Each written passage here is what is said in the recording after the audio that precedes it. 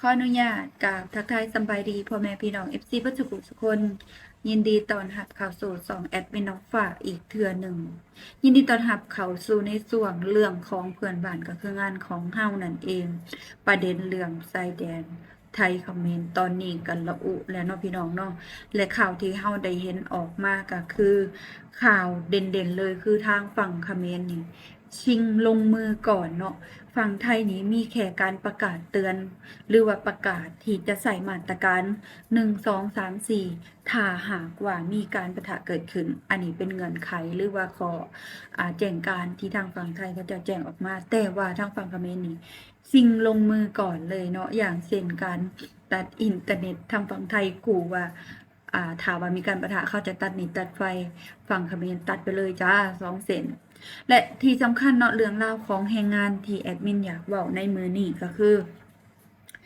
ในมาตรการที่ว่าทางฝั่งเขมรใส่ตอบโต้นะว่า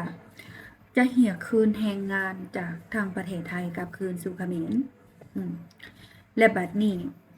หวังว่าทางฝั่งไทยจะเผชิญปัญหาขาดแคลนแรงงานอย่างใหญ่หลวงหรือว่าอย่างหนักหน่วงเนาะอันนี้ต้องขออนุญาตเว้าในฐานะของเพื่อนบ้านของไทยแล้วก็เพื่อนบ้านของเขมรเองเนาะก็คือเพื่อนบ้านของไทยมีหลายประเทศ มีหลายประเทศแฮงข่าวว่าแรงงานเขมรถูกเอิ้นโตกลับไปไทยจะบ่มีวันขาดแคลนแรงงาน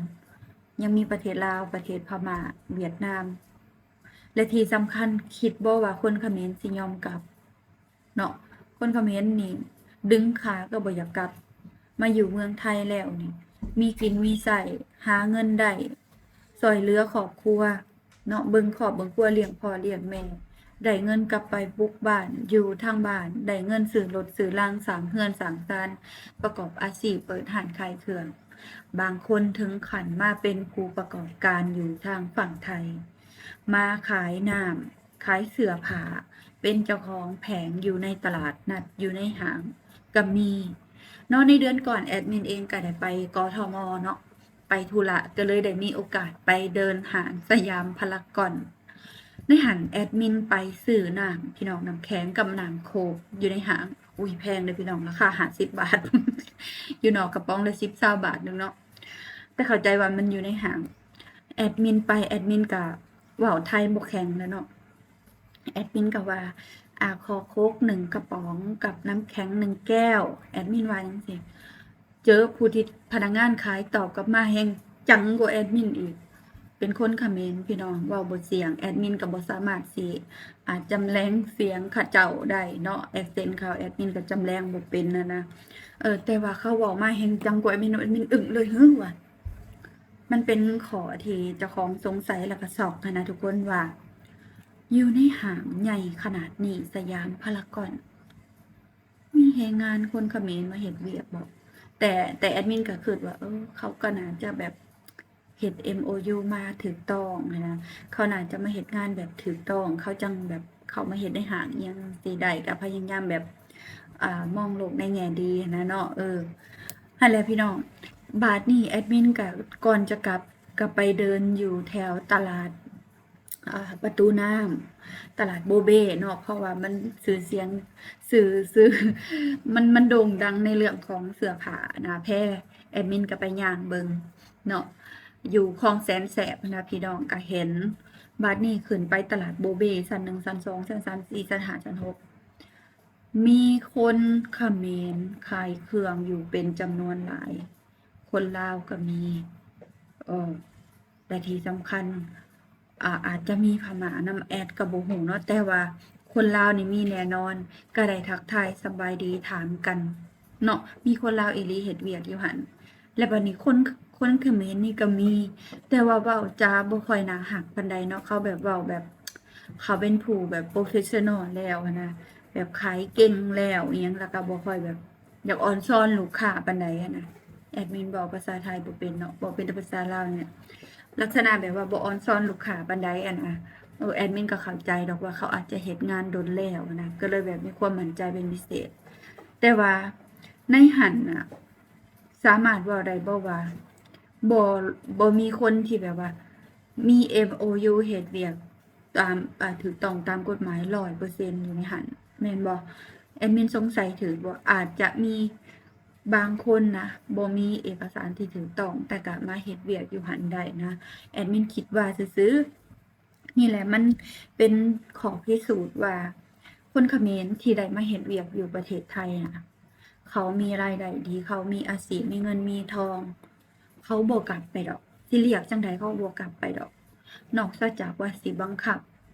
เนาะใส่ทางการทหารอีหยังก็ตามมาบังคับให้เขากลับเขาจังสิกลับ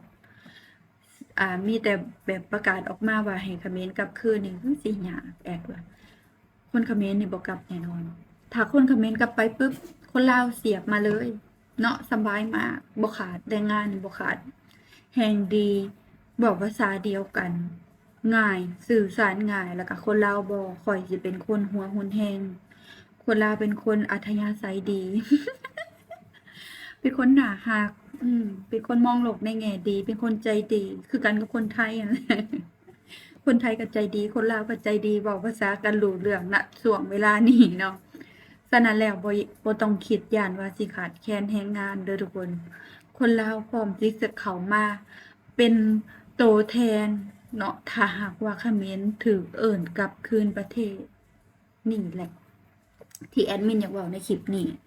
สรุปรวมแล้วก็คือบ่ว่าทางฝั่งเขมรสิใช้มาตรการใดก็แล้วแต่มันก็คือมาตรการที่เขาโตเองเนาะ มาตรการใดออกมาก็เฮ็ดให้เจ้าของเจ็บโตทั้งนั้นเนาะบ่ว่าจะเป็นมาตรการเอิ้นแรงงานกลับประเทศ เขาก็มีแรงงานประเทศอื่นมาสำรอง แสดงว่ามาตรการนี้ก็เข้าโตเองแต่ตัวเองก็เจ็บโตบาดนี้มาตรการตัดเน็ตสิสะใจว่าเขาขาดรายได้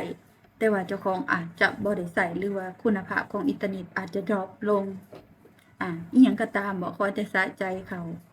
แต่ว่าเจ้าของโดนไปบ่ได้ใช้เน็ตสิอยู่ได้บ่บาดนี้เนาะในประเด็นของการตัดไฟเขาบอกว่าเขาบ่ได้ใช้ไฟฟ้าจากไทยข้อนี้ถ้าสมมุติว่าไทยใช้ไม้แข็งอีกนะตัดอยู่บนคาสิโนค่ะอยู่แถวเลียบชายแดนน่ะใช้ไฟฟ้าจากไทยเนาะตัดอยู่หันปุ๊บบ่มีรายได้เหมือนกับตัดเส้นเลือดใหญ่เลยแอดว่าถูกบ่ถูกทุกคนมาคอมเมนต์สู่กันฟังแหน่เนาะแต่ว่าจักค่าอิหยังก็บ่ฮู้เนาะทางฝั่งไทยก็ได้สิตัดก็ตัดบ่ได้จักเทื่อตัดสินใจก็บ่ได้จักเทื่อเนาะนั่นบ่อนคาสิโนเป็นเส้นเลือดใหญ่ของเขาเลยถ้าตัดหันก็คือแบบตัดปัญหาไปหลายอย่างเลยแอดมินเห็นข่าวนะจากช่อง Top News เนาะ Top News Live เขาบอกว่าประมาณ3 มื้อก่อนนะเขาบอกว่าหลังจากที่แบบปิดด่านนะหรือว่าเปลี่ยนเวลาปิดเปิดด่านนะระหว่างไทยกับเขมรนะแถวปอยเปตนะเฮ็ดให้คดีอาชญากรรมลดลงจากมื้อหนึ่งรับคดีเป็น1,000 กว่าเคสหลังจากที่มีการปรับเวลาปิดเปิดด่านคดีนั้นลดลงบ่ฮอด1,000 เคสต่อมื้อนั่นแสดงว่าเข้าใจตรงกันแอดบ่อยากเว้าเนาะ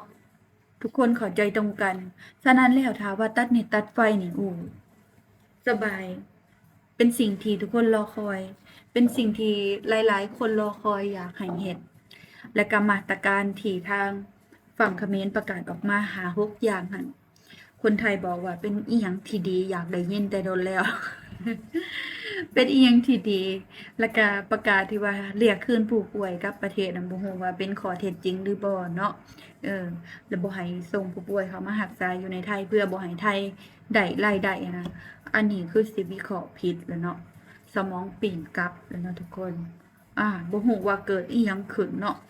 สมองมันปิ่นกลับอาจจะถูกโคโรนาหรือว่าครอบงำจากประเทศที่มีอิทธิพลแถวๆพุ่นแหละเนาะตะวันออกพุ่นแหละเนาะทุกคนมันก็เลยเป็นแบบนี้สมองปิ่นกลับคิดมาตรการใดมาว่าสิเล่นงานเขาพัดเข้าตัวเองทั้งนั้นโอเคทุกคนบ่อยากเว้าหลายใหญ่ห่างพอหอมปากหอมคอเพียงเท่านี้แอดมินก็สิได้ขอลาลูกหลานอย่างเป็นทางการสำบายดี